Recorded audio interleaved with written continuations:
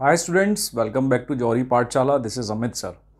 आज हम करेंगे मैथ्स के इंटीग्रेशन चैप्टर की एनसीईआरटी सॉल्व। एनसीईआरटी में इंटीग्रेशन 7 चैप्टर है, तो हम एक एक करके सारी एक्सरसाइजेस को सॉल्व करेंगे और कोशिश करेंगे कुछ वैल्यूएबल इनपुट भी आपको दे पाएँ कि इंटीग्रेशन का पूरा आइडिया भी हो जाए और क्वेश्चन भी आपके ईजिली सॉल्व हो जाए।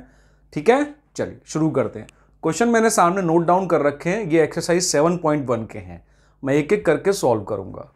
सबसे पहले कुछ बातें बेसिक इंटीग्रेशंस के बारे में। Integration is called anti derivative. Integration is called anti derivative. Just like log और एंटी लॉग होते हैं, उसी तरह से इंटीग्रेशन और डिफरेंशिएशन होते हैं। अगर मैं log 2 लूं और log 2 के साथ में लिख दूं एंटी लॉग ऑफ log 2, अगर मैं आपको लिख के दे दूं एंटी लॉग of log 2, तो answer will be 2 only. The same way integration and differentiation result is there.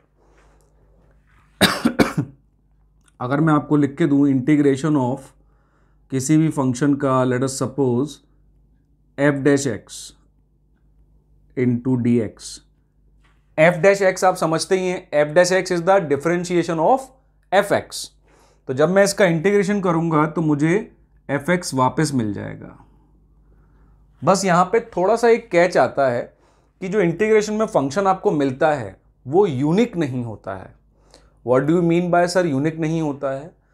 Unique नहीं होता है, इसका मतलब यह है कि उसमें रियल वैल्यूड चेंजेस हो सकती हैं, क्योंकि डिफरेंशियल करते समय आपने कई सारे कॉन्स्टेंट्स को जीरो कर दिया होगा। इसीलिए इंटीग्रेशन यूनिक फंक्शन में नहीं आ पाता, इसके बहुत सारे फंक्शन पॉसिबल हो जाते हैं। तो इसी कारण से इसमें हम प्लस सी इंट्रोड्यूस करते हैं। तो मैं जो भी क्वेश्चन करूंगा इंटीग्रेशन का, उसमें लास्ट में करने के बाद प्लस सी भी लगाऊंगा, क्योंकि हो सकता है डिफरेंशियल करते समय आपने उस कांस्टेंट को जीरो कर दिया हो। ठीक है, जो यहां पर नहीं शो करता है। This is the reason why integration is not a unique function.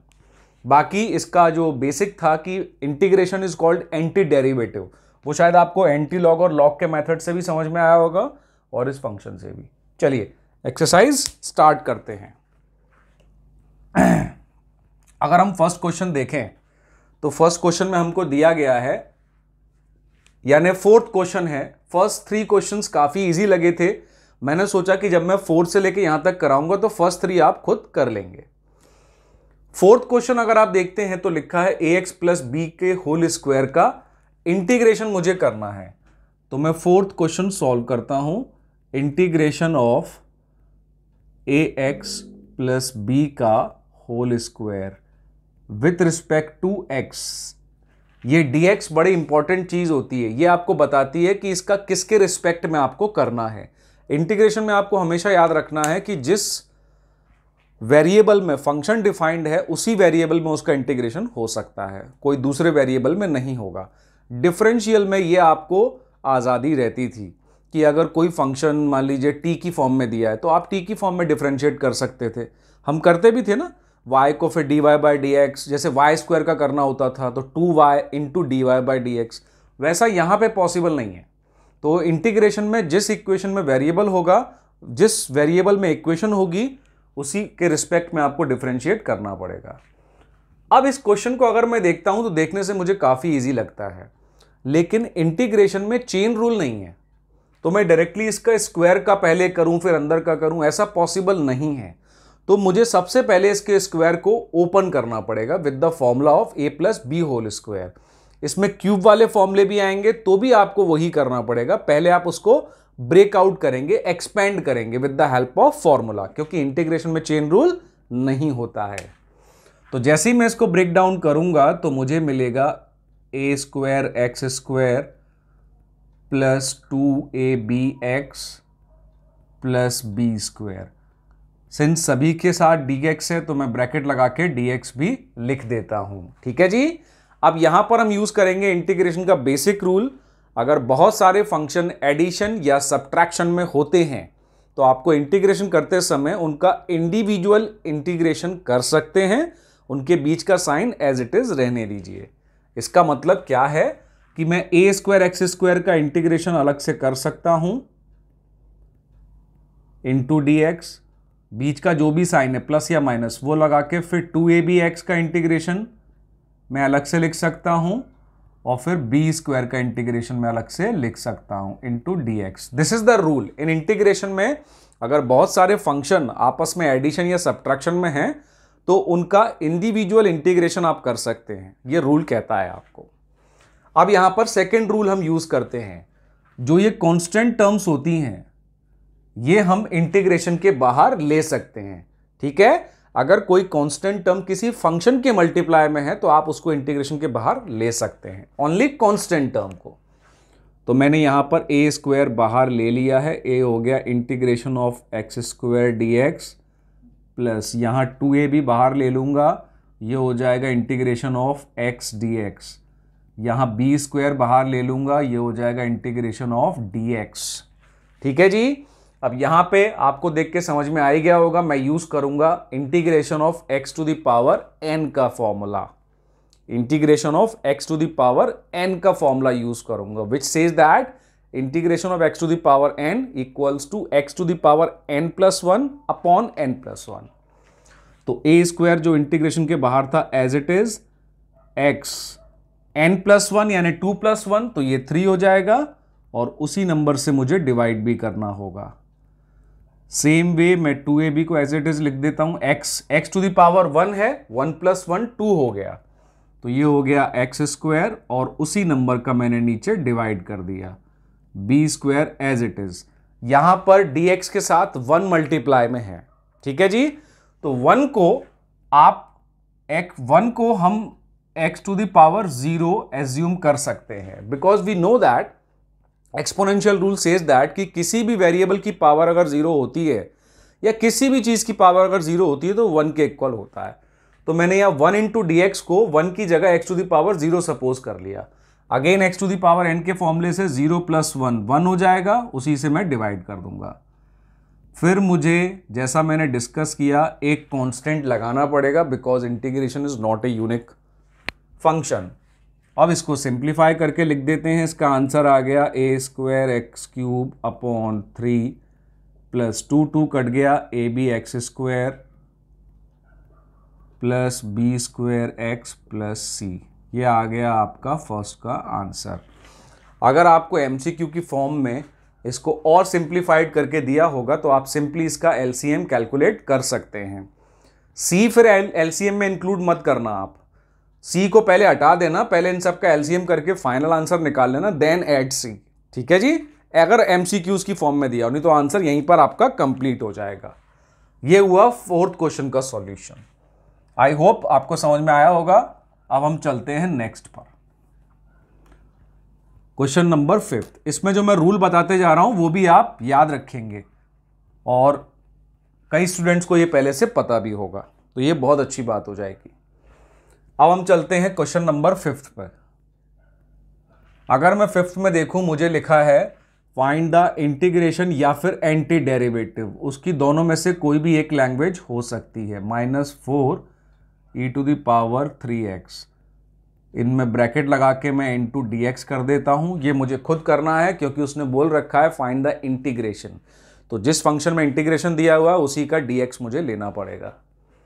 इसमें बहुत सिंपल है, जो रूल मैंने यहां पर यूज किया था कि अगर दो फंक्शन एडिशन और सब्ट्रैक्शन में होंगे तो आप दोनों फंक्शन का इंडिविजुअली इंटीग्रेट कर सकते हैं।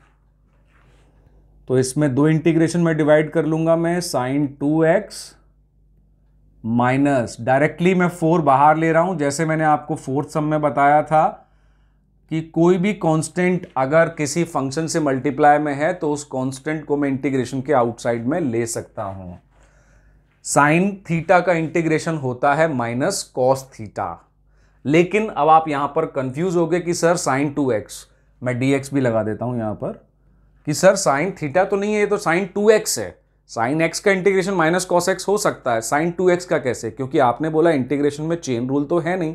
कोई बात नहीं, अब एक नई चीज आपको याद रखना है, कभी भी आपको ऐसा मिलता है तो आप उसका इंटीग्रेशन एज इट इज करना, मतलब -cos 2x। डिफरेंशियल में आप मल्टीप्लाई करते थे कोफिशिएंट से, यहां पर उसी कोफिशिएंट से आप डिवाइड करेंगे। ठीक है जी। डिफरेंशियल में उसी कॉफिशिएंट से आप मल्टीप्लाई करते थे, इंटीग्रेशन में उसी कॉफिशिएंट से आप डिवाइड कर देंगे। ये फंडा आपको समझ में आएगा जब मैं आपको समझाऊंगा second exercise which is based on method of substitution. ठीक है जी, अभी आप ऐसा याद रखिएगा। फिर ये हो जाएगा -4। Same way here e to the power x का integration e to the power x ही होता है, लेकिन यहां 3x है तो वही वाला फंडा यूज करेंगे। e to the power 3x का e to the power 3x ही होगा, लेकिन x का जो भी कॉफिशिएंट होगा हम उससे उसको डिवाइड कर देंगे और प्लस c। तो इस क्वेश्चन के जरिए से हमने जो नई चीज सीखी वो क्या सीखी कि अगर साइन कॉस या e कोई भी फंक्शन दिया है उसमें x की ना वेरिएबल देते हुए 2x 3x मतलब mx की फॉर्म में दे दे हमें, तो हम उसको इंटीग्रेट कैसे करें। आप उसको इंटीग्रेट वैसे ही करें जैसे फॉर्मूला होता है, x के कोफिशिएंट से आप डिवाइड करते जाएं। ठीक है, ये रूल मैं आपको समझाऊंगा इन सब्स्टिट्यूशन में। तो ये हुआ आपका 5th क्वेश्चन सॉल्व। अब हम आते हैं क्वेश्चन नंबर 6 पर। 6th क्या कहता है, इंटीग्रेशन ऑफ, आपको कुछ क्वेश्चंस के बाद बाकी क्वेश्चंस खुद ही इजी लगने लगेंगे। अगर ऐसा हो तो आप अपने आप ट्राई करना, वीडियो को पॉज करके अपने आप ट्राई करना। मैथमेटिक्स एक वो सब्जेक्ट है जिसको हम हिंदी में बोलते हैं करत की विद्या। जितना आप करेंगे उतना आपको अच्छे से समझ में आएगा। लेकिन मैथमेटिक्स में आप कभी बार ये मत भूल जाना कि मैथमेटिक्स में भी फिजिक्स की तरह अंडरस्टैंडिंग लगती है। जब क्वेश्चन डायरेक्टली फंक्शंस की फॉर्म में नहीं आते हैं इस तरह से, उसमें fx इन सब फॉर्म में आते हैं, तो क्वेश्चन थोड़े टिपिकल बन जाते हैं क्योंकि हमें उसकी हैबिट नहीं होती।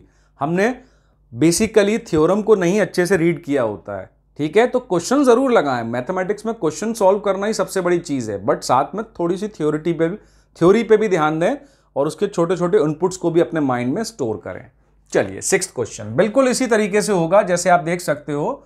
इसको अपन सबसे पहले तो 2 इंटीग्रेशन में डिवाइड कर लेते हैं और कांस्टेंट बाहर आ जाएगा और dx हो गया ये दूसरा इंटीग्रेशन, जो मैंने अपन ने पहले ही रूल किया है कि दो अगर फंक्शन एडिशन या सब्ट्रैक्शन में होंगे तो दोनों को आप इंडिविजुअली इंटीग्रेट कर सकते हो। 1 इंटू dx, कांस्टेंट बाहर आ जाता है। Same e to the power 3x का integration e to the power 3x, जैसा कि मैंने बताया अगर x का कोफिशिएंट है तो उससे डिवाइड कर देना है आपको। 1 का इंटीग्रेशन, जैसे मैंने 4th क्वेश्चन में बताया था कि 1 को हम x टू द पावर 0 लिख सकते हैं, तो वो बन गया x to the power n, उसका इंटीग्रेशन n+1 मतलब 0+1, तो x टू द पावर 1/1, तो ये आ गया x। प्लस में जो स्टैंडर्ड है एक कांस्टेंट आपको लगाना पड़ता है क्योंकि integration is not a unique value, integration से आपको फंक्शन यूनिक नहीं मिलता है। ये आपका खत्म हुआ 6th। फिर हम चलते हैं 7th पर।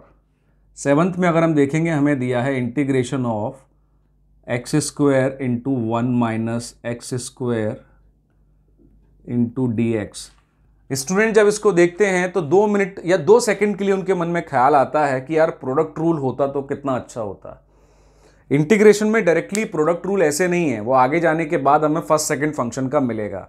अभी हमें ऐसे सिंप्लीफाइड इंटीग्रेशन को एक्सपेंड करके ही करना पड़ेगा। अगर हमें इंटीग्रेशन इस तरह सॉल्व करना है तो हम क्या करेंगे, इसको एक्सपेंड कर लेंगे। एक्सपेंड करेंगे तो क्या होगा, यही इंटीग्रेशन क्या बन जाएगा, x² minus x² into 1/x², जो हो जाएगा 1 इंटू dx। अब ये आपको दिख रहा होगा काफी इजी हो गया। वही सेम फर्स्ट रूल से तोड़ लेंगे अलग अलग इंटीग्रेशन में, तो x² का इंटीग्रेशन हो गया x to the power n से x³/3 और 1 का इंटीग्रेशन x होता है plus c। Is that clear? मैं यहां पर वही गिने चुने रूल यूज कर रहा हूं। x to the power n का इंटीग्रेशन जो स्टैंडर्ड फॉर्मूले हैं, साइन का integration minus cos theta, cos theta का integration sine theta, sec² theta का इंटीग्रेशन टेन थीटा, मतलब एंटी डेरिवेटिव वाले। बिकॉज वी नो दैट कि अगर हम साइन थीटा का डिफरेंशियल करते थे तो कॉस थीटा आता है, तो कॉस थीटा का इंटीग्रेशन करने से साइन थीटा आएगा। एंटी डेरिवेटिव वाले फॉर्मूले और कुछ रूल यूज कर रहा हूं कि अगर दो फंक्शन आपस में, दो या दो से ज्यादा फंक्शन अगर आपस में एडिशन या सब्ट्रैक्शन में हैं तो आप उनको अलग अलग इंडिविजुअली इंटीग्रेट कर सकते हैं। कांस्टेंट आपको लास्ट में जाके पुट करना है। कांस्टेंट डायरेक्टली लास्ट स्टेप में आपको पुट करना होता है, इसका बीच स्टेप से कोई लेना देना नहीं होता है। तो ये हो गए अपन 7 तक के लिए तैयार। आपको मैंने फिर बताया जो गिने चुने में रूल अभी तक यूज कर रहा हूं बेसिक एक्सरसाइज में, ठीक है जी। चलिए अब चलते हैं 7th के बाद 8th क्वेश्चन पे। 8th क्वेश्चन है अपना integration of ax square plus bx plus c into d x. It is a very simple integration जो अपने एक ही रूल से हो जाएगा कि आप 3 फंक्शन एडिशन में दिए हुए हैं, तीनों को इंडिविजुअली इंटीग्रेट करें। किसी भी फंक्शन में अगर कांस्टेंट मल्टीप्लाई में होता है तो उसको बाहर ले लें। तो पहले मैं इसको इंटीग्रेट करते समय ऐसा लिखूंगा ax square d x plus integration of b d x plus integration of c d x. फिर मैंने ये पहला रूल से ब्रेक किया कि 2 या 2 से ज़्यादा फंक्शन अगर एडिशन और सब्ट्रैक्शन में इंडिविजुअली कर लो, फिर सेकेंड रूल में इनके कांस्टेंट को मैं बाहर ले सकता हूँ इंटीग्रेशन के। तो x square into d x plus b बाहर आ गया x into d x plus c बाहर आ गया डी एक्स। एक्स स्क्वायर का integration again x to the power n का formula, x to the power 2 + 1 3 divided by n plus 1 यानी 3 plus b x का इंटीग्रेशन इसकी पावर 1 है 1 + 1 2/2 plus सी 1 का इंटीग्रेशन अपन इतने सारे सम में डिस्कस कर चुके हैं, एक्स टू द पावर 0 से निकालते हैं जो कि एक्स आएगा। यहां पर इंटीग्रेशन का कॉफिशिएंट अगर आपको सी पहले से ही दिया हुआ है तो आप उसको सी डैश ले सकते हैं। क्लियर है? इंटीग्रेशन के कॉफिशिएंट को लास्ट में जाके मुझे ऐड करना होता है। बहुत बेसिक फॉर्मूले के इंटीग्रेशन हैं ये, जिसमें आपका जो एनसीईआरटी एक्सरसाइज बनाने का पर्पस है वो सिंपल ये है कि जो स्टूडेंट 12th में बिल्कुल नए आते हैं उनके लिए इंटीग्रेशन और कैलकुलस का ये चैप्टर थोड़ा सा नया होता है। तो हमेशा एनसीईआरटी को आपने देखा होगा बहुत बेसिक से स्टार्ट करते हैं वो लोग। तो ये पहली एक्सरसाइज उसी बेसिक्स पे बेस्ड है कि आपने बेसिक सीखे कि नहीं। और इसमें बेसिक सबसे पहले क्या थे रूल, अगर 2 फंक्शन एडिशन या सब्ट्रैक्शन में है तो उनको आप इंडिविजुअली रख के इंटीग्रेट कर सकते हैं। अगर किसी फंक्शन में कांस्टेंट मल्टीप्लाई में है तो वो कांस्टेंट बाहर आ जाएगा। और बाकी एंटी डेरिवेटिव के फॉर्मूले आपको यूज करने हैं और x to the power n का फॉर्मूला आपको यूज करना है। 9th में हमें यही दिया हुआ है same, integration of 2x square plus e to the power x into d x. अब इसको वही फॉर्मूले से हम करेंगे, 2x स्क्वायर का अलग करेंगे जिसमें 2 बाहर आ जाएगा, x स्क्वायर अंदर रह गया। अब मैं इसको डायरेक्ट अप्रोच कर रहा हूं क्योंकि ये स्टेप मैं आपको काफी समय सिखा चुका हूं। Integration of e to the power x d x. तो अब क्या हो जाएगा 2 इंटीग्रेशन ऑफ x स्क्वायर अपन ने पहले भी किया है x³/3 हो गया ये। E to the power x का integration e to the power x ही रहता है तो ये e to the power x आ गया प्लस इसका सिग्नेचर ऑफ इंटीग्रेशन का एक कांस्टेंट को ऐड करना। ये उसका सिग्नेचर होता है एक्चुअली, आपको उसको ऐड करना पड़ेगा। Is that clear? 9th। उसके बाद आते हैं हम 10th पे। 10th क्वेश्चन को अगर आप देखेंगे तो मुझे इसको पहले एक्सपेंड करना ही पड़ेगा। यही सेम सवाल इस फॉर्म में मेरे पास आया था पहले। तो कभी भी आपको होल स्क्वायर होल क्यूब जब बना के दिया जाए और उसका इंटीग्रेट करना हो तो सबसे पहली स्टेप आप क्या कीजिए, उसको एक्सपेंड कर लीजिए with the help of formula, क्योंकि इंटीग्रेशन में चेन रूल नहीं होता है। तो जब मैं इसको एक्सपेंड करूंगा, ये 10th सम को मैं एक्सपेंड करूंगा a minus b whole square का है तो a स्क्वायर यानी रूट एक्स का स्क्वायर x हो गया प्लस बी स्क्वायर 1/√x का स्क्वायर 1/x हो गया minus 2ab x root x into 1/√x 1 हो जाता है तो 2ab में सिर्फ 2 बचेगा। ठीक है जी, इंटीग्रेशन का साइन लगा देते हैं, ब्रैकेट के साथ यहां dx आ जाता है। अब इसमें कुछ नहीं बचा, इंटीग्रेशन ऑफ x dx, पहला वाला रूल कि भाई अलग अलग कर लो अगर एडिशन या सब्ट्रैक्शन में दिए हुए हैं तो -2 कांस्टेंट बाहर रहेगा इंटू dx। x का इंटीग्रेशन x²/2 1/x का इंटीग्रेशन होता है log x, क्योंकि log x का डिफरेंशियल होता था 1/x। और इंटीग्रेशन जस्ट एंटी डेरिवेटिव होता है, जो अपन ने सबसे लेक्चर के स्टार्ट में किया था एंटी लॉग और लॉग समझते हुए। तो 1/x का इंटीग्रेशन हो जाएगा log x -2 integration of 1 into d x. 1 का इंटीग्रेशन अपन कई क्वेश्चंस में कर चुके हैं, x होता है, तो ये आ गया x, साथ में लगा दिया उसका इंटीग्रेशन का सिग्नेचर c लगा दिया हमने। क्लियर है? यहां तक हमने 10th क्वेश्चन फिनिश कर लिए, अभी भी कोई नया रूल नहीं आया है, सिंपली हम 3 रूल से ही काम चला रहे हैं अपना। आई होप यहां तक आपको इतना क्लियर हो गया होगा 10th तक के क्वेश्चंस। अब जो 11th क्वेश्चन अगर आप देख रहे हैं तो 11th क्वेश्चन में फ्रैक्शंस की फॉर्म में दिया हुआ है हमें। 11th में हमें दिया हुआ है फ्रैक्शन। अब सर हमने डिफरेंशियल में जो बिल्कुल नए इंटीग्रेशन कर रहे हैं, डिफरेंशियल में तो हमें u/v मेथड था, लेकिन इंटीग्रेशन में ऐसा कोई मेथड नहीं है, तो अगेन आपको इसको एक्सपेंड करना होगा। लेकिन एक्सपेंड करना पावर्स में होता है, a + b whole square, a - b whole square हम कर लेते हैं। अगर न्यूमिनेटर और डिनोमिनेटर को एक्सपेंड करना है, मतलब डिनोमिनेटर को इंडिविजुअली सबसे अलग अलग डिवाइड कर दीजिए। अगर मैं 11th क्वेश्चन देखता हूं, ये 11th कर रहे हैं अपन, तो इसमें x² इस पूरे के डिवाइड में है, तो मैं अलग अलग उसको डिवाइड में लिख सकता हूं। तो मैं अलग अलग डिवाइड में लिख रहा हूं, x³ + 5x² -4x², ब्रैकेट लगा के सबको कॉमन dx।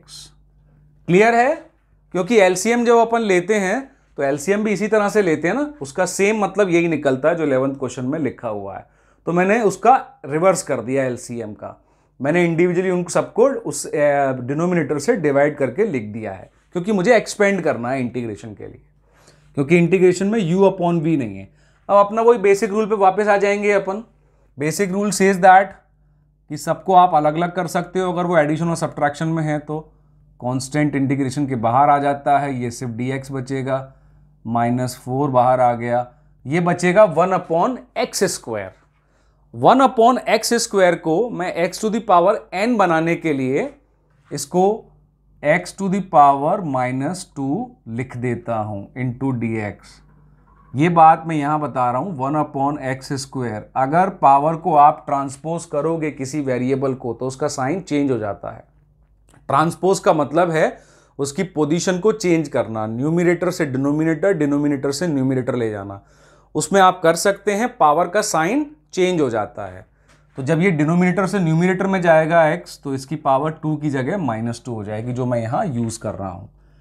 x का इंटीग्रेशन x⁻n फॉर्मूले से आ गया 5 1 इंटू dx। इसका इंटीग्रेशन आपको सारे समय बताते ही जा रहा हूं मैं कि इसका इंटीग्रेशन हो जाएगा x, फिर आ जाएगा ये -4। इसका इंटीग्रेशन क्या हो जाएगा x⁻² का, x⁻² + 1, वो हो गया x⁻1।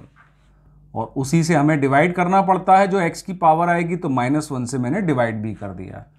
तो मेरा आंसर क्या आ गया finally, x² + 5x, minus into minus plus हो गया, और इसकी पावर को पॉजिटिव बनाने के लिए मैंने ऐसे लिख दिया और उसमें ऐड कर दिया इंटीग्रेशन का सिग्नेचर c। क्लियर है? चलिए अब अपन चलते हैं नेक्स्ट क्वेश्चन नंबर पे, जिसको हम बोलते हैं 12th में अगर देखेंगे आप तो 12th में सेम स्टोरी है जो 11th में थी। न्यूमिनेटर और डिनोमिनेटर मतलब फ्रैक्शन की फॉर्म में दिया हुआ है। फ्रैक्शन का डायरेक्टली u/v का कोई मेथड नहीं है इंटीग्रेशन के लिए, तो हम बेसिकली इसको एक्सपेंड कर लेंगे इसी सेम तरीके से। तो ये हो जाएगा x³ + 3x/√x + 4/√x, ब्रैकेट लगा के कॉमन dx कर देंगे। ठीक है जी। अब यहां पर एक बहुत बेसिक फंडा यूज करते हैं जिसको हम बोलते हैं एक्सपोनेंशियल का रूल। If bases are same and they are in division, अगर दो ऐसे फंक्शन हैं, मैं यहां समझाने की कोशिश करता हूं। अगर मान लीजिए a⁻m/a⁻n है, बेसेस सेम हैं, तो अगर एक ही बेस पे लिखना है तो पावर को आपको सब्ट्रैक्ट करना पड़ता है। मैं बिल्कुल सेम फंडा यहाँ यूज़ करूँगा, x to the power 3 upon x to the power 1/2, तो x to the power 3 minus 1/2 हो जाएगा। तो x टू द पावर कितनी आ जाएगी, 3 माइनस 1/2 कितना हो जाएगा, 5/2। तो ये हो गया x टू द पावर 5/2। ये x को हम क्या लिख सकते हैं, root x into root x. मैं देखो यहां लिख रहा हूं आपके लिए, x को हम इस तरह लिख सकते हैं, root x into root x. ठीक है, तो अगर मैं x को root x into root x लिखूंगा तो एक रूट एक्स कट जाएगा नीचे से, तो मेरे पास 3 के साथ क्या बचेगा, रूट एक्स। ये आप उस फंडे से भी निकाल सकते थे जो मैंने एक्सपोनेंट का रूल बताया है आपको। ठीक है, फिर ये क्या हो जाएगा, 4 into x to the power 1/2, अगर ऊपर जाएगा तो क्या हो जाएगा, -1/2, जो रूल मैंने आपको यहां बताया था। ठीक है, ट्रांसपोज का इंटीग्रेशन है, पूरे पे dx लगा देते हैं ब्रैकेट लगा के।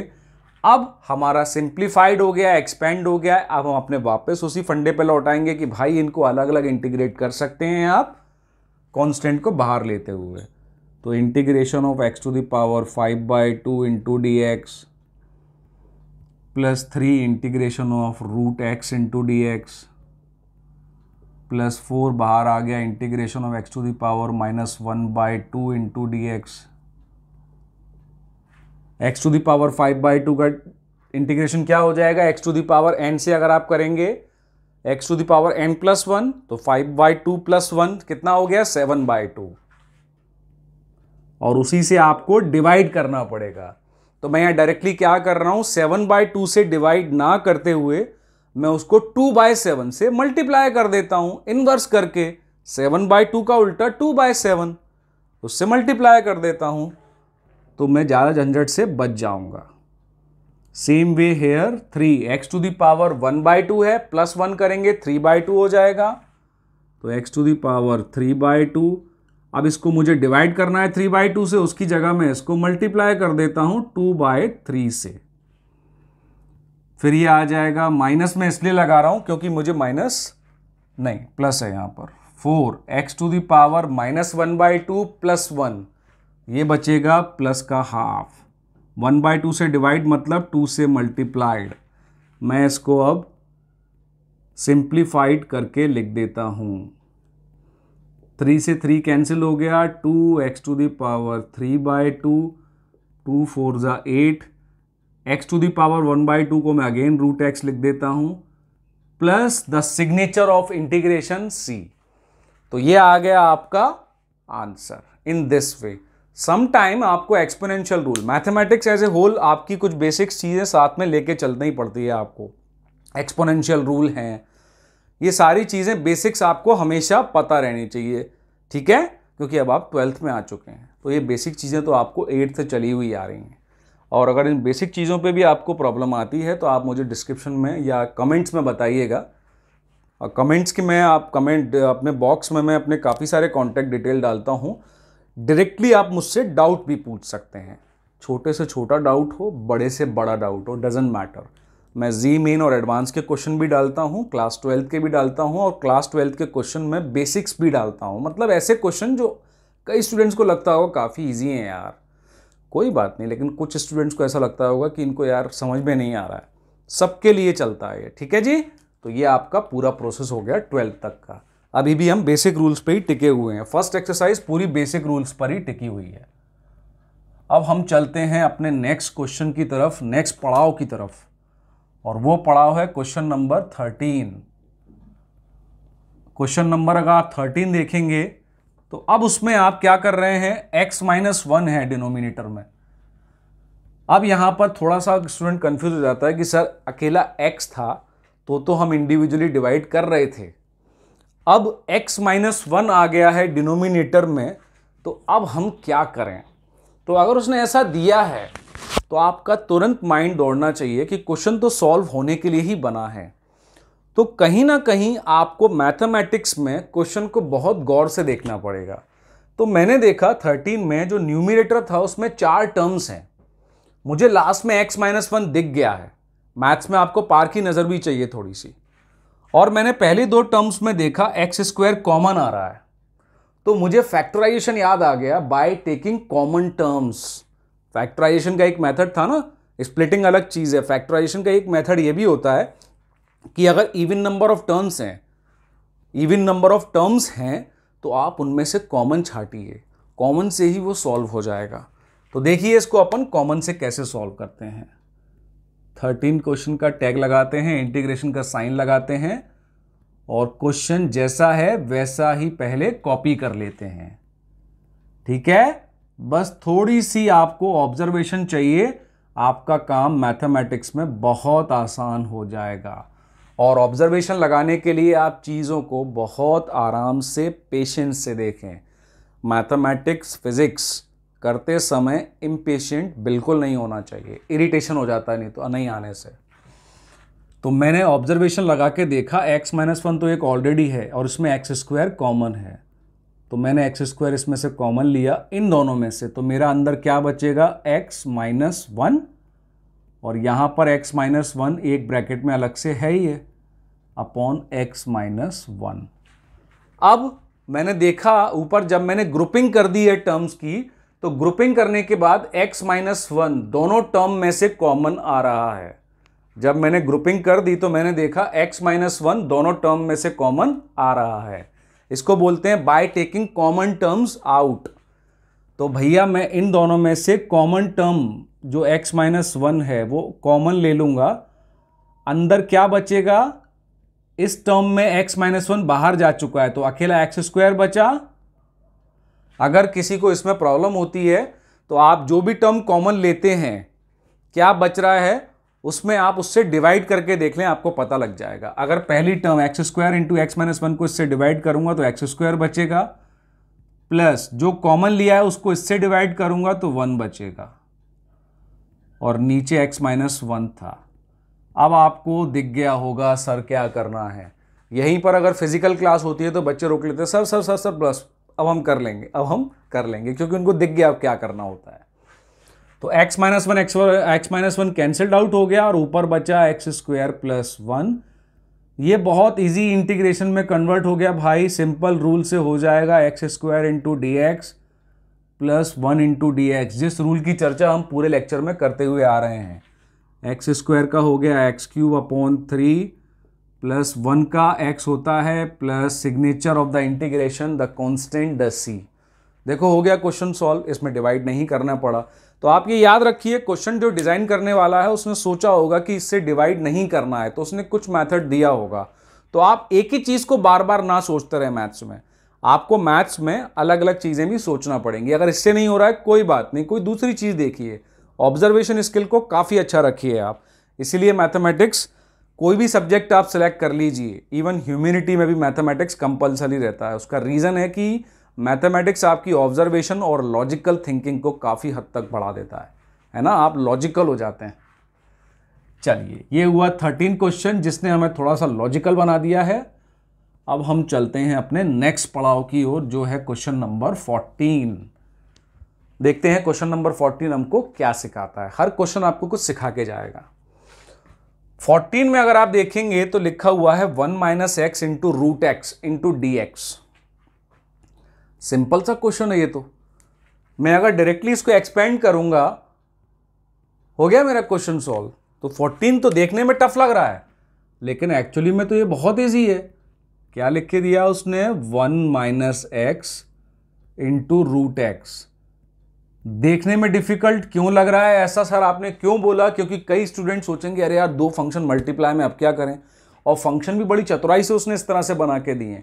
बिल्कुल कुछ नहीं सोचना है। 2u इंटू वी अब मैथड आपके इंटीग्रेशन में नहीं है, वो आगे जाके फर्स्ट सेकंड फंक्शन में आता है।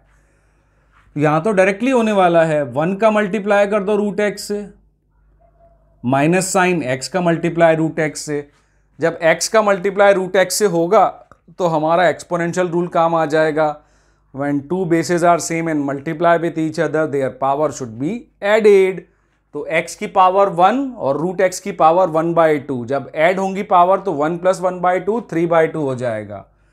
तो ये आ जाएगी x की पावर 3/2। कॉमन ब्रैकेट लगा के डिफरेंशियल। अब आपको क्वेश्चन यहीं, जैसे मैंने बोला ना, अगर मैं फिजिकल क्लास में होता तो बच्चे अब यहीं रोक देते कि सर अब हमें पता है। तो अगर आपको भी ऐसा लगे वीडियो देखते समय तो पॉज करके खुद ही कीजिएगा। जितना आप अपने आप करेंगे क्वेश्चन को एक हद तक जरूर दे समझने की कोशिश कीजिए। अगर उसके बाद आपको आइडिया मिल गया है तो वीडियो को पॉज करिए और खुद करने की पूरी कोशिश कीजिए। नहीं आ रहा, वीडियो पॉज है, आप फिर दोबारा प्ले कर दीजिए, आपके हाथ में है ये।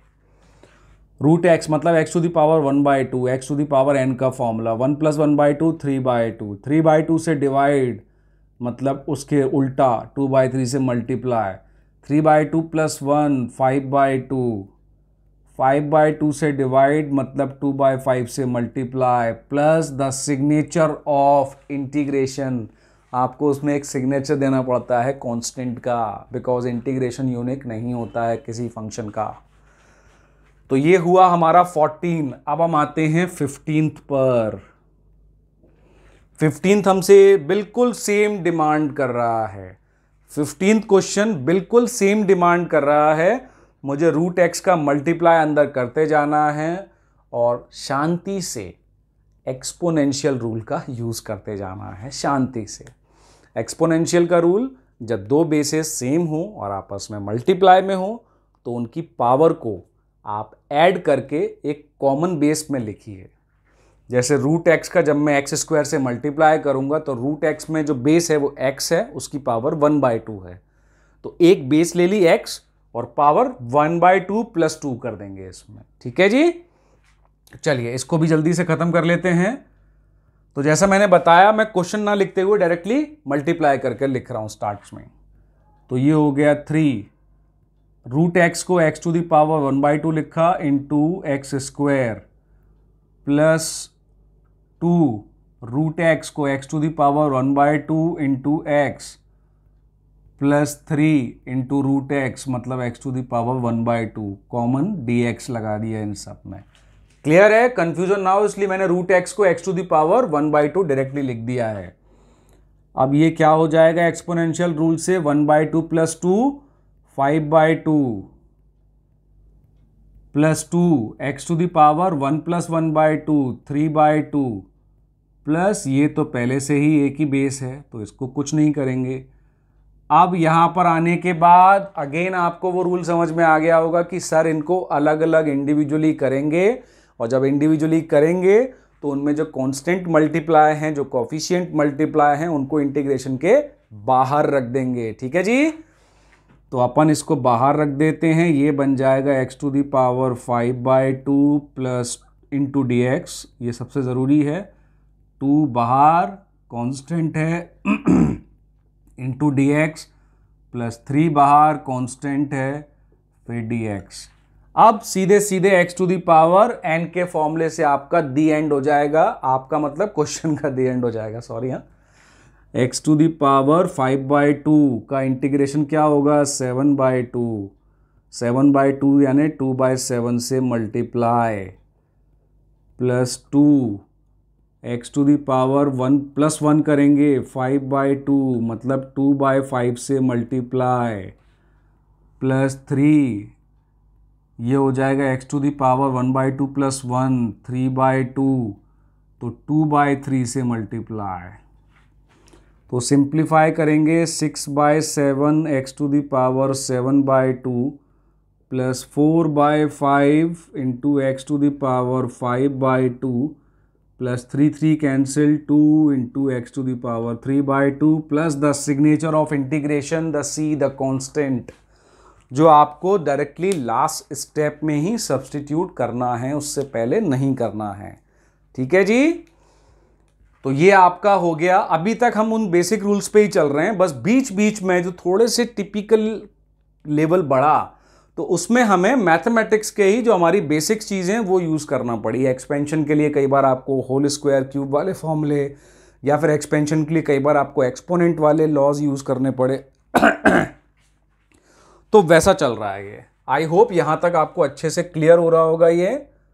अब मैं चलूंगा आपको लेके, ये था 15th, हम 15 तक कर चुके हैं।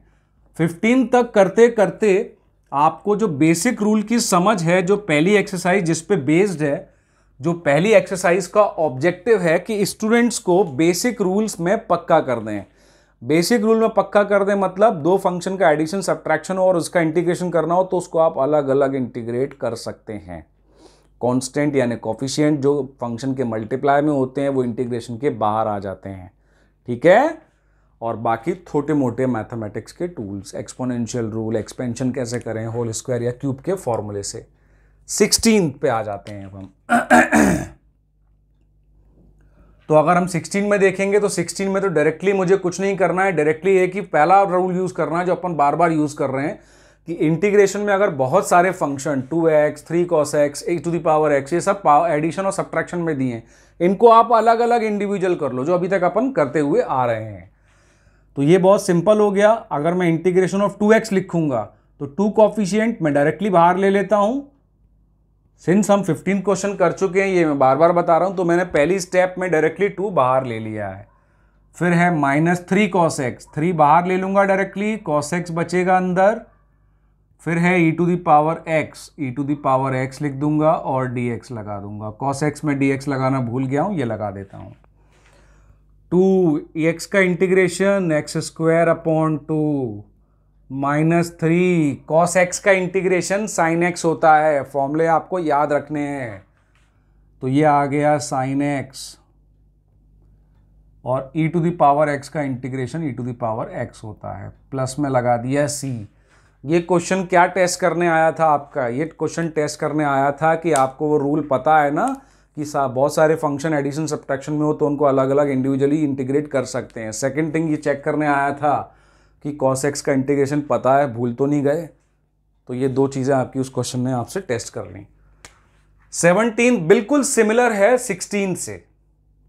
आपको क्या करना है, सेम वे जैसे मैंने यहां किया, 2x² का इंटीग्रेशन अलग करना है, 2 into integration of x² -3 into integration of sin x +5 into integration of √x। तो मैं 17 क्योंकि 16 के बिल्कुल सेम है, मैं इसको ओमिट कर देता हूं क्योंकि ये बिल्कुल 16 की तरह है। 16 मैंने आपको अभी करके दिखाया है। तो या तो आप 17 को मेरी तरफ से ओमिट मान लीजिए या 17 को आप मेरी तरफ से होमवर्क मान लीजिए। अगर आप अच्छे से फॉलो कर रहे हैं तो होमवर्क करेंगे ज़्यादा अच्छा है। एक ही टाइप का सम है तो एक मैं करूं, एक आप करें। तो हम डायरेक्टली जंप कर जाते हैं 18 पर। 18 में ट्रिग्नोमेट्री आ गई आपकी, sec x into sec x plus 10x। Question देखते ही लगता है क्या करें क्या करें, लेकिन इस क्वेश्चन में वो आपसे टेस्ट लेने आया है एंटी डेरिवेटिव प्रॉपर्टी का, कि आपने एंटी डेरिवेटिव प्रॉपर्टी की जो एक्सरसाइज 7.1 से पहले बेसिक इंटीग्रेशन में कराई गई है वो अच्छे से की होगी। तो ये क्वेश्चन आपको बिल्कुल पहली बार में ऑब्जर्व हो जाएगा कि अच्छा ये ऐसा है। देखिए मैं करके दिखाता हूं, इसमें u इंटू वी का कोई वो नहीं है। इसको आप जैसे हम बाकी क्वेश्चंस में कर रहे हैं एक्सपेंड कर लीजिए, sec x into sec x sec² x देखते ही आपको लग गया होगा अरे हाँ ये तो किसी का डेरिवेटिव था। किसका डेरिवेटिव था? 10x का। तो ये वो आपका टेस्टिंग हो रही है कि आपको एंटी डेरिवेटिव प्रॉपर्टी पता है कि नहीं। इसका इंटीग्रेशन अलग कर लिया, into sec x into 10x का इंटीग्रेशन अलग कर लिया। मतलब मैंने पहली स्टेप से दूसरी स्टेप आने में, क्योंकि अब मैं समझ चुका हूं, आपको ये तो पता है कि दो एडिशन सब्ट्रैक्शन के फंक्शन में अलग अलग कर सकता हूं, तो मैंने sec x into sec x sec x into 10x sec x 10x को अलग लिख लिया है इंटीग्रेट करने के लिए। dx भी लगा लेते हैं इसमें। sec² x किसका डिफरेंशियल होता था? 10x का। तो sec² x किसका था? 10x का। ठीक है, सॉरी 10x का डिफरेंशियल होता था sec² x। तो अगर आप फॉर्मूला देखोगे तो sec² x का इंटीग्रेशन आ जाएगा 10x और sec x 10x का sec x plus c, the signature of integration. कितने इजीली सॉल्व हो जाते हैं अगर आप थोड़ा सा माइंड यूज करते हुए चलेंगे। 19th पे चलते हैं। 19th में क्या दिया है? sec² x upon cosec² x into dx। ये सम बिल्कुल सिंपली चीज़ों पे बेस्ड है कि आप इसको पहले किस में कन्वर्ट कर लें, साइन एंड कॉस में, क्योंकि ये उन दोनों के रेसिप्रोकल हैं। तो सेक स्क्वायर एक्स को मैं लिख देता हूं 1/cos स्क्वायर एक्स, और 1/cosec स्क्वायर एक्स को मैं लिख सकता हूं sine square x into d x. ये बात समझ में आई? Sec square x is the reciprocal of cos square x, तो मैंने उसकी जगह 1/cos स्क्वायर एक्स रख दिया। 1/cosec स्क्वायर एक्स दे रखा है, cosec एक्स साइन एक्स का रेसिप्रोकल होता है, तो 1/cosec square x sign square x हो जाएगा। क्लियर है? अब यहां पर बहुत सिंपल सी चीज हो गई कि सर ये तो हो गया tan square x, sign square x upon cos square x होता है tan स्क्वायर एक्स। और अगर आप थर्ड आइडेंटिटी पढ़े हैं, क्योंकि tan स्क्वायर एक्स का डायरेक्टली इंटीग्रेशन पॉसिबल नहीं है, क्योंकि वो किसी का डेरिवेटिव नहीं होता है और इसमें चेन रूल भी नहीं है ना, तो अपन इसको आइडेंटिटी से ब्रेक करेंगे। बिल्कुल मत घबराना यहाँ पर आके, और इस स्टेप से आगे जाके ये हमेशा के लिए स्टोर कर लेना कि जब भी tan स्क्वायर एक्स या cot स्क्वायर एक्स आएंगे तो मैं उसको आइडेंटिटी से ब्रेक कर दूंगा, sec स्क्वायर एक्स माइनस 1 वाली इंटू डी एक्स। अब यहां तक अगर आपको समझ में आ गया है तो अब आप खुद भी कर लेंगे। Integration of sec square x d x minus d x, sec square x का अभी अभी ऊपर किया tan x और 1 का होता है x plus c, the signature style. Clear है? थोड़ी सी टिग्नोमेट्रिक आइडेंटिटीज की नॉलेज भी यूज हो रही है, जो आप 10 से करते हुए आ रहे हैं, आई थिंक 9 से करते हुए आ रहे हैं शायद। तो आई होप ये सब चीजें आपको क्लियर हो गई होंगी। हम पहुंच चुके हैं 19th सम तक। अब हमारे पास 2021 थोड़ा सा लेवल बढ़ने वाला है, थोड़ा सा, बस ज़्यादा नहीं, ज़्यादा लेवल बढ़ेगा आगे जाकर।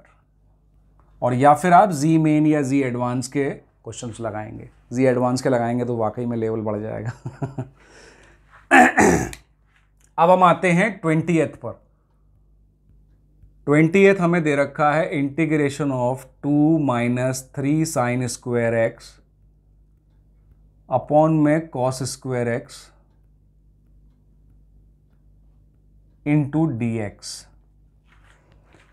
इस क्वेश्चन को देख के शायद हो सकता है आपको लगे कि सर ये नहीं होगा, कई स्टूडेंट्स को ऐसा लग रहा होगा कि इसमें कैसे करें, डिनोमिनेटर में भी दे रखा है, रूल भी नहीं है कोई। लेकिन अगर आपने मेरे पहले वाले इंटीग्रेशन दे रखे होंगे, जैसे मैंने 11th किया था, जब उसमें उसने मुझे डिवाइड में दिया था तो मैंने क्या किया था, इंडिविजुअली डिवाइड कर दिया था उसको। सेम प्रिंसिपल यहां करेंगे। किसी भी क्वेश्चन को सॉल्व करने के लिए अगर आप फंस जाते हैं तो उसमें 2-3 तरीके सोचिए। जैसे डिवाइड में हो रहा है तो मैं इसको इंडिविजुअली डिवाइड कर दूं, और अगर आप मेंटल मैथ्स में काफ़ी अच्छे हैं तो काफ़ी स्टेप आपके मेंटल में ही हो जाती हैं, मतलब माइंड में ही हो जाती हैं। तो यहाँ पर मुझे समझ में आ गया कि मुझे इनको इंडिविजुअली डिवाइड करना है, तो 2/cosec square x into d x minus integration of 3 sine square x upon cos square x. मैंने डायरेक्टली उनको अलग भी कर लिया और इंडिविजुअली डिवाइड भी कर दिया है। 2 बाहर आ जाएगा, कांस्टेंट है, 1/cos square x sec square x होता है इंटू डी एक्स, माइनस 3 बाहर आ गया, sign square x upon cos square x tan square x होता है इंटू डी एक्स। अगर आप यहाँ देखेंगे इंटीग्रेशन ऑफ, अभी सेक स्क्वायर एक्स में नहीं कर रहा हूँ। क्यों नहीं कर रहा हूँ? क्योंकि आपको यहाँ tan स्क्वायर एक्स भी सेक स्क्वायर एक्स की फॉर्म में ही लिख देना है, क्योंकि tan स्क्वायर एक्स का डिफरेंशियल इंटीग्रेशन नहीं होता है। अगर आप चाहें तो उनको दोबारा रिकम्बाइन कर सकते हैं, 2 sec square x minus 3 sec square x, तो minus integration of sec square x d x, minus into minus plus 3 बाहर d x. Sec square x का होता है इंटीग्रेशन tan x, माइनस बाहर था तो minus tan x plus 3x plus signature style. I hope आपको ये integration step by step समझ में आया होगा। अगर आपको इस स्टेप में कंफ्यूजन हो रही है कि सर ने प्लस माइनस कैसे किया, तो आप इनिशियली इसको अलग अलग मत करो, पहले आप सेम रहने दो, और पहले आप इसको sec square x 2 sec square x, इसको 3 tan स्क्वायर एक्स लिख दो, फिर tan स्क्वायर एक्स को पहले ब्रेक कर लो सेक स्क्वायर एक्स माइनस 1 में, फिर उनको एडिशन करने के बाद आप दो इंटीग्रेशन में ब्रेक करो। मैंने पहले से ही ब्रेक कर लिया था, बाद में जाने के बाद सबट्रैक्ट किया है। ठीक है, कोई दिक्कत तो नहीं आएगी। 20th क्वेश्चन भी हमारा पूरा हो चुका है। अब हमें करना है 21st।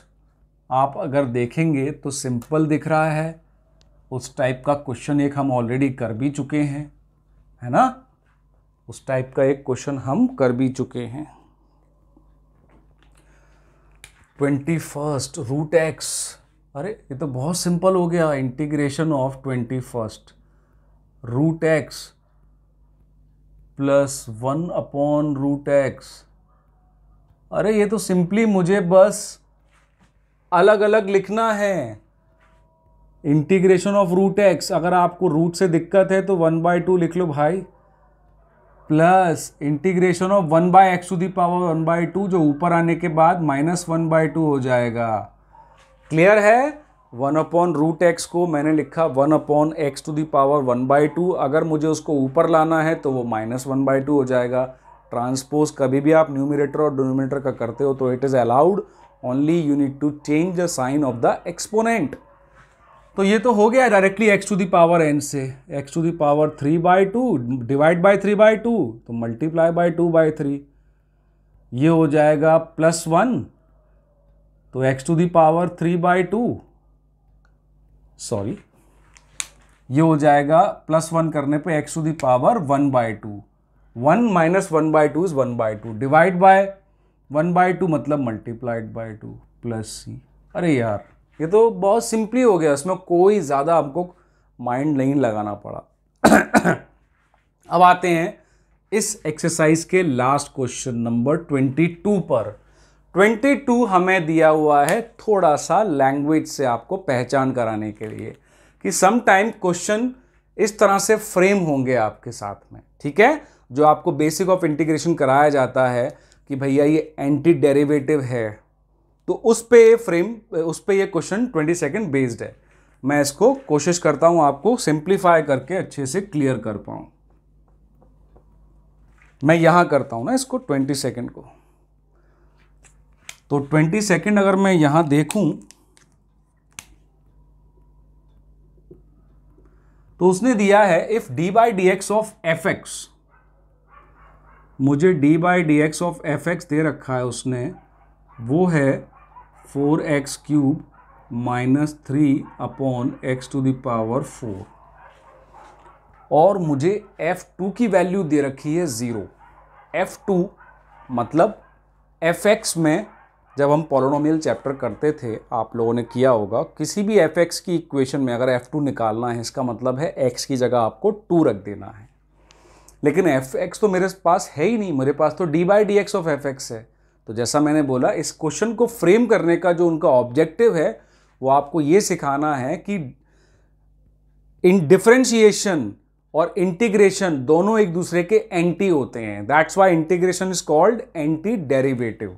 तो अगर जैसे कोई टर्म मैंने स्टार्ट ऑफ द लेक्चर में बताई थी log 2 लिखी हो, तो अगर 2 चाहिए तो एंटी लॉग ऑफ log 2, अरे 2 आ गया। तो इसमें मुझे कुछ नहीं करना, मुझे dx को उस साइड ले जाना है मल्टीप्लाई में, तो ये हो जाएगा d of fx equal to 4x³ - 3/(x⁴) और ये dx उधर ले गया हूँ मल्टीप्लाई में, ये आ गया। अब मुझे सिंपली कितना करना है, on integrating both the sides, on integrating both sides. जब मैं इंटीग्रेशन करूंगा बोथ साइड का, तो ये हो जाएगा d of fx equal to integration 4 बाहर आ गया, इतना सारा इंटीग्रेशन सिखाया है, अब तो ये आपको पता ही हो गया होगा, -3 बाहर आ गया, 1/(x⁴) dx। ठीक है जी, तो ये इंटीग्रेट करते ही fx आ जाएगा इक्वल टू 4 x⁴ + 1 x⁴/4 -3, इसको x⁻⁻4 लिख लेंगे। मैंने अभी उस टाइप के बहुत सारे क्वेश्चन सॉल्व किए हैं, फिर उसका इंटीग्रेशन करेंगे +1 करके, तो x⁻³ -3 आ जाएगा। इसका बाकी पार्ट मैं यहां कर रहा हूं, यहां पे। तो आपने देखा fx अपना कितना आ गया, x to the power 4, 4 4 cancelled हो गया, 3 3 कैंसल्ड हो गया, माइनस माइनस प्लस हो गया, x टू दी पावर -3, तो उसको 1/x टू दी पावर 3 लिख लूंगा मैं। क्लियर है?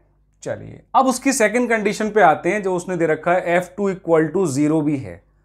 अब f2 इक्वल टू 0 क्यों दिया है? क्योंकि आपको पता होगा कि यहां पर मैं एक सिग्नेचर डालूंगा c।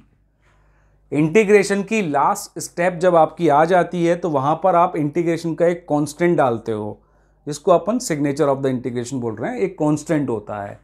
तो उस कांस्टेंट की वैल्यू आपको नहीं पता है, इसीलिए आपको f2 वाली कंडीशन दी है इक्वल टू 0 की।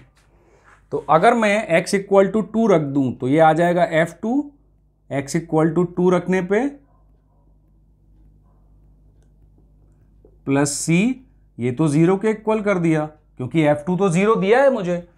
तो मैंने देखा 16 plus 1/8 plus c equal to 0, तो c इक्वल टू कितना आ जाएगा?